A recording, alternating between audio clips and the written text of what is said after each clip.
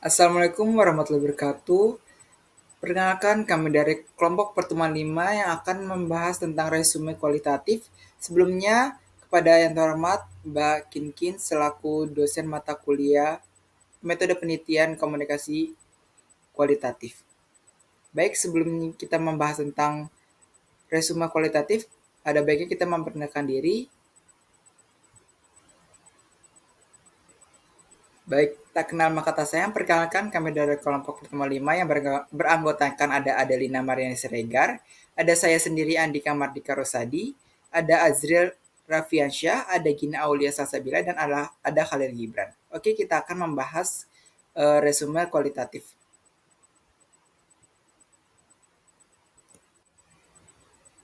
Baik, selanjutnya kita masuk ke bab 1 yaitu Introduction to Inquiry. Pertama ada Human Inquiry and Science, di mana yang pertama ada pendahuluan. Realitas adalah bisnis yang rumit, di mana epidemiologis mengetahui metodologi subbidang epistemologi bisa disebut juga ilmu mencari tahu. Buku ini menyajikan dan mengkaji metodologi ilmu sosial atau cara para ilmuwan sosial mencari tahu tentang kehidupan sosial manusia, di mana terdiri dari tradisi dan otoritas. Observasi selektif salah satu bahaya dari generalisasi yang berlebihan adalah bahwa hal itu dapat menyebabkan pengamatan selektif atau penalaran tidak logis. Dasar-dasar ilmu sosial yang mendasari konsep-konsep yang disajikan dalam sisa buku ini adalah beberapa gagasan dan proses mendasar yang membedakan ilmu sosial, teori pengumpulan data, dan analisis dari cara lain. Dalam memandang fenomena sosial, teori bukan filsafat atau keyakinan dan keturunan.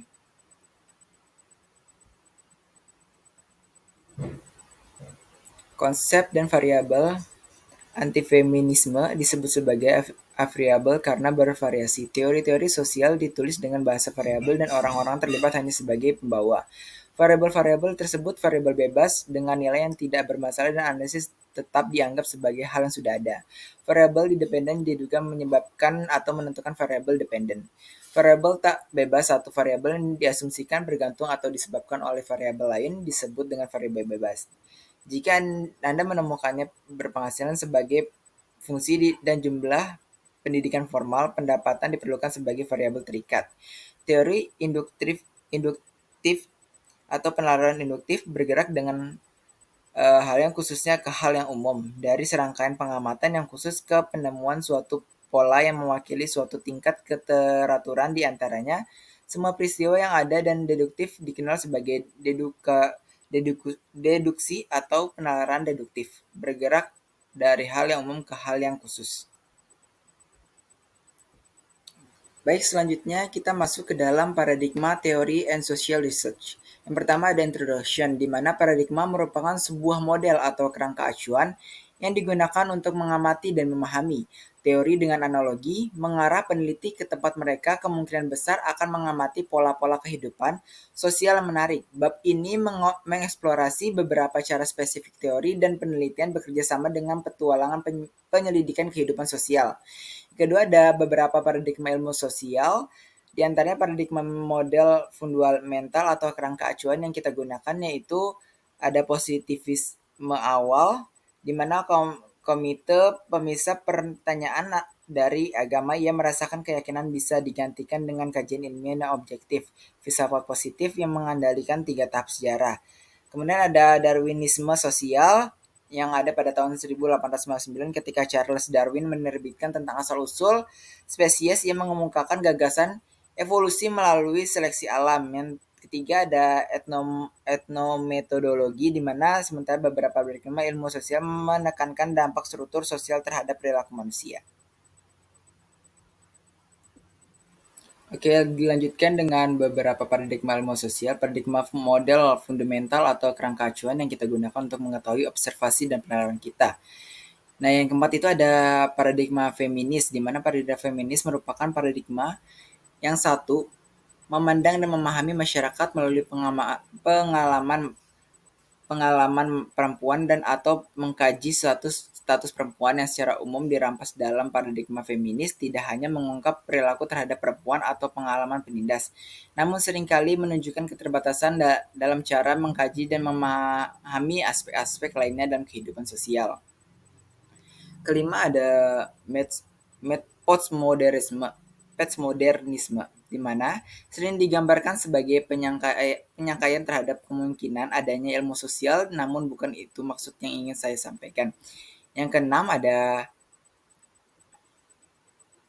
realisme realisme kritis, di mana paradigma ilmu sosial lainnya realisme kritis itu menyarankan agar kita mendefinisikan realitas sebagai suatu yang dapat dilihat mempunyai dampak karena prasangka jelas mempunyai dampak yang dapat diamati dan dalam kehidupan kita, maka prasangka tersebut harus dinilai nyata berdasarkan sudut pandang ini. Kemudian setelah kita ke paradigma dan yang awal, kita masuk ke dalam the ethnic dan politik of social research, di mana introduction-nya itu bagian ini mengkaji beberapa norma yang disepakati secara luas yang menggambarkan apa yang etis dan penelitian dan apa yang tidak. Namun yang lebih penting daripada sekedar mengetahui pedoman adalah menjadi peka terhadap komponen etika dalam penelitian sehingga Anda akan mencari kapanpun Anda merencanakan penelitian, sekaligus mempertimbangkan teknis dan ilmiahnya. Proyek penelitian sosial kemungkinan besar juga dipengaruhi oleh pertimbangan administrasi, etika, dan politik. Pertimbangan politik dalam penelitian juga tidak ketara, ambigu, dan dapat diperdebatkan. Kemudian yang pertama, selanjutnya ada masalah etis dalam penelitian sosial, di mana kode etik yang berbeda bagian dan kehidupan sukses dalam masyarakat tertentu adalah mengetahui apa yang dianggap etis dan tidak etis oleh masyarakat. Hal yang sama juga diberlakukan oleh komunitas riset sosial. Terdapat poin-poin penting di antaranya. Yang pertama ada partisipasi sukarela, tidak membahayakan peserta, anonimitas dan kerahasiaan, tipu muslihat, analisis pelaporan, dewan peninjauan, kelembagaan. Ketujuh ada kode etik profesi. Kemudian ada yang keempat itu dua kontroversi etis, di mana para peneliti sosial masih belum sepakat mengenai beberapa prinsip umum dan mereka menyetujui prinsip tersebut seringkali memperdebatkan hal-hal yang spesifik. Politik penelitian sosial berbeda kedua antara aspek etika dan politik dalam penelitian sosial adalah tidak adanya kode formal mengenai perilaku politik yang diterima, terdapat objektif dan ideologi, politik dengan sedikit, politik dengan perspektif. Akan dilanjutkan oleh teman saya. Yang kedua itu ada structuring of quantitative and qualitative. Pembahasan pertama yaitu research design. Introduction. Bab ini akan memberikan pengenalan umum tentang desain penelitian yang dimana praktiknya semua aspek desain penelitian ini saling berkaitan. Nah, saat Anda membaca bagian sebelumnya, hubungan antara bagian akan menjadi lebih jelas. Nah, sekarang kita akan mulai dengan membahas secara singkat tujuan utama dari penelitian sosial. Terdapat 3 tujuan utama yang paling umum dan berguna, yaitu yang pertama ada eksplorasi, deskriptif, dan penjelasan. Yang pertama kita akan membahas eksplorasi. Studi eksplorasi biasanya dilakukan untuk 3 tujuan, yaitu untuk memuaskan penelitian, baik rasa ingin tahu dan keinginan untuk memahami yang lebih baik. Yang kedua itu untuk menguji kelayakan melakukan penelitian yang lebih luas. Dan yang terakhir, yang ketiga itu untuk mengembangkan metode yang akan digunakan dalam penelitian berikutnya. Tujuan penelitian selanjutnya itu ada tujuan deskripsi, yang dimana tujuan utama dari banyaknya studi ilmu sosial ini adalah untuk menggambarkan situasi dan peristiwa.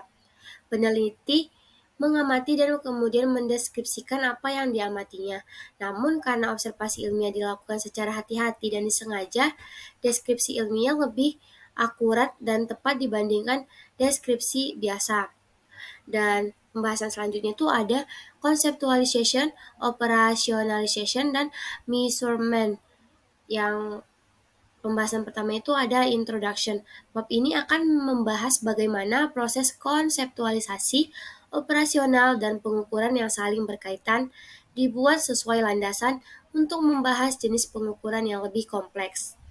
Nah, pertimbangan gagasan, misalkan pertimbangan gagasan dari sebuah seperti kepuasan terhadap kuliah di mana Anda mengenal beberapa orang yang sangat puas dan beberapa tidak puas, dan selain itu juga dapat menempatkan pada suatu tempat di sepanjang spektrum kepuasan tersebut. Kemudian ada measuring anything that exists. Salah satu dari Dua pilar ilmu pengetahuan ini adalah observasi, karena kata ini dapat menyiratkan aktivitas santai dan pasif di mana para ilmuwan sering menggunakan istilah tersebut dalam suatu pengukuran. Pengamatan yang cermat dan sengaja untuk tujuan mendeskripsikan objek dalam kaitannya dengan atribut yang menyusun suatu variabel. Selanjutnya ada konseptualisasi. Konseptualisasi ini merupakan proses mental di mana gagasan atau konsep yang kabur dan tidak tepat dibuat menjadi lebih spesifik dan tepat. Kita bisa mengukur segala sesuatu yang nyata, dan konseptualisasi ini memberikan makna pada suatu konsep dengan menetapkan satu atau lebih indikator dari apa yang ada di pikiran kita. Kemudian definition in descriptive and explanatory studies. Terdapat dua tujuan umum penelitian, yaitu deskripsi dan explanatory atau penjelasan. Nah, deskripsi terlihat lebih sederhana daripada penjelasan. Akan tetapi, jika mengetahui bahwa definisi lebih bermasalah untuk penelitian deskripsi dibanding penelitian explanatory. Dan selanjutnya ada operational choice. Konseptualisasi adalah penyempurnaan dan spesifik konsep-konsep abstrak, dan operasionalisasi adalah pengembangan prosedur atau operasi penelitian tertentu yang akan menghasilkan observasi empiris yang mewakili konsep-konsep tersebut di dunia nyata. Nah, yang terakhir itu ada criteria of measurement quality.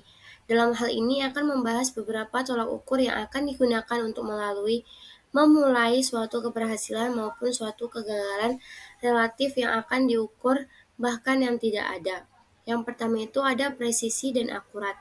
Dalam suatu pengukuran dapat dilakukan dengan beberapa presisi, dan presisi ini terkait dengan kehalusan perbedaan yang dibuat aturan atribut yang dibuat dengan suatu variabel. Yang kedua itu andalan.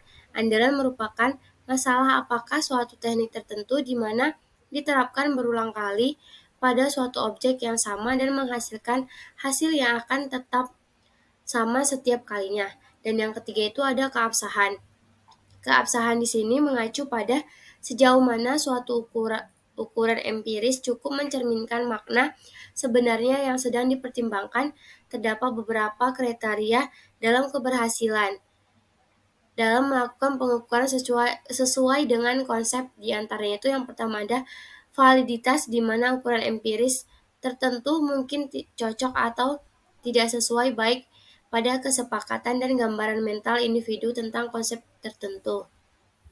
The security of quantitative and qualitative. Yang selanjutnya itu ada index, scale, and typologies. Introduction. Dalam penilaian kuantitatif, berbagai indikator digunakan dan pembangunan ukuran gabungan seperti indeks dan skala menjadi fokus analisis data. Ukuran gabungan digunakan dalam penelitian kuantitatif karena beberapa alasan. Yang B itu ada indeks versus skala. Perbedaan antara indeks dan skala, dua jenis tindakan yang sering digunakan secara bergantian dalam literatur penelitian sosial. Meskipun keduanya memiliki kesamaan sebagai variabel ordinal, mereka dibedakan berdasarkan cara pemberian skor. Selanjutnya yang C itu ada konstruksi indeks. Pentingnya membedakan antara indeks dan skala ditekankan, dan konstruksi indeks dianggap tugas yang tidak mudah.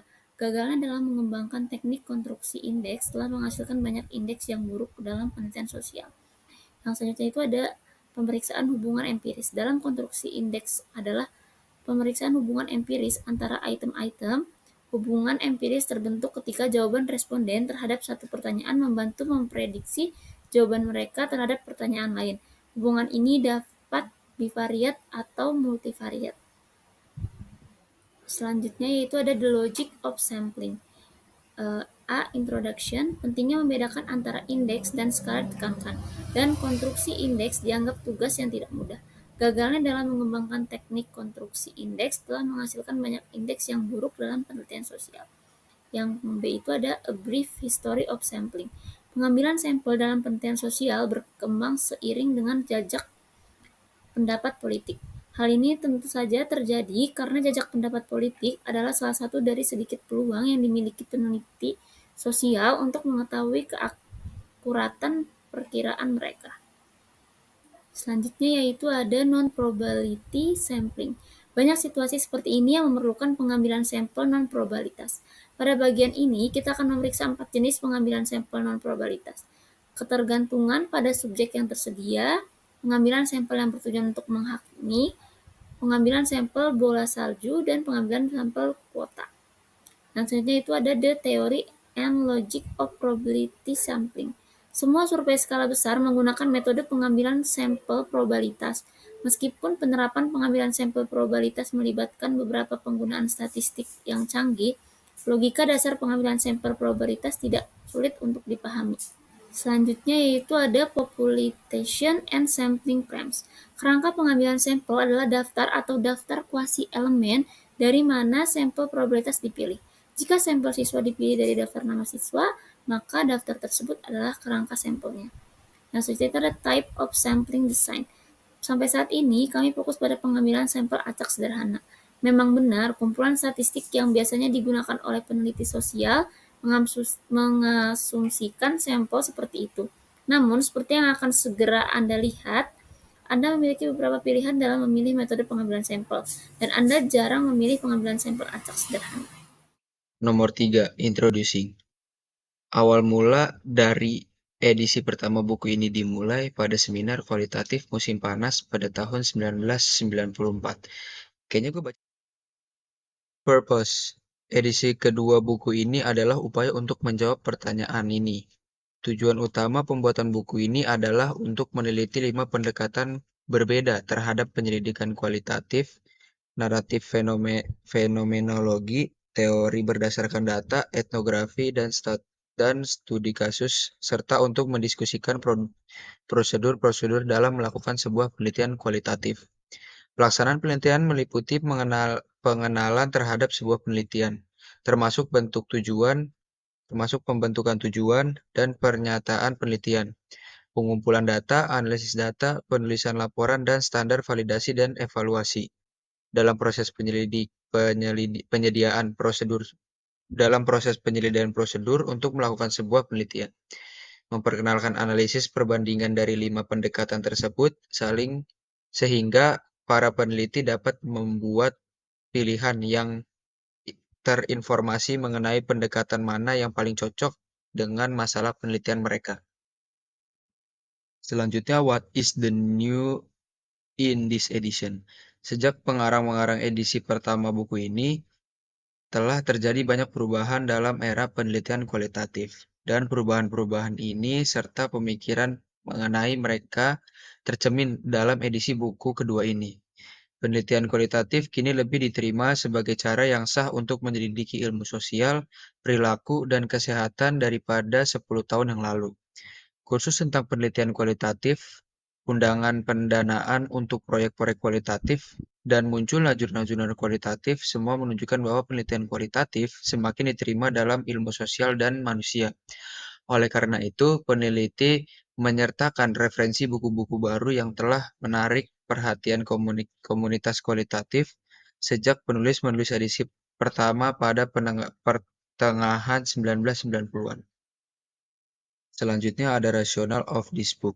Sejak seminar di Vail pada tahun 1994, penulis telah mengajukan pertanyaan kepada individu yang datang kepada penulis dengan studi kualitatif mereka. Jenis apa yang Anda lakukan sejak edisi pertama buku ini diterbitkan pada tahun 1998? Penulis semakin sering mendengar dari individu bahwa mereka sedang melakukan etnografi, teori berdasarkan data, atau penelitian studi kasus. Jelas pendekatan kualitatif yang penulis bahas dalam edisi pertama sekarang telah menjadi bagian dari kosakata penelitian kualitatif, dan penelitian jauh lebih memahami jelas desain yang mereka gunakan daripada tahun 1990-an. Selanjutnya, nomor 4, philosophical paradigma and interpretative. Proses perancangan penelitian Dalam penelitian kualitatif dimulai dengan asumsi filosofis yang dibuat oleh peneliti ketika memutuskan untuk melakukan studi kualitatif. Selain itu, peneliti membawa pandangan dunia, paradigma, atau kumpulan keyakinan mereka sendiri ke dalam proyek penelitian, dan hal ini mempengaruhi pelaksanaan dan penulisan studi kasus kualitatif. Selain itu, dalam banyak pendekatan penelitian kualitatif, para peneliti menggunakan kerangka interpretatif dan teoritis untuk lebih membentuk studi tersebut. Penelitian yang baik membutuhkan penjelasan atas asumsi, paradigma, dan kerangka kerja tersebut dalam penulisan studi, dan minimalnya menyadari bahwa hal tersebut mempengaruhi jelas penyelidikan. Tujuan dari bab ini adalah untuk menjelaskan secara eksplisit asumsi yang dibuat saat memilih untuk melakukan penelitian kualitatif, pandangan dunia atau paradigma yang tersedia dalam penelitian kualitatif ini dan beragam kerangka interpretatif dan teoritis yang membentuk konten dari sebuah proyek kualitatif. Selanjutnya ada philosophical assumption. Dalam pemilihan penelitian kualitatif, para peneliti membuat sejumlah asumsi filosofis. Asumsi-asumsi ini mencangkup pandangan terhadap sifat realistis, ontologi, cara peneliti memperoleh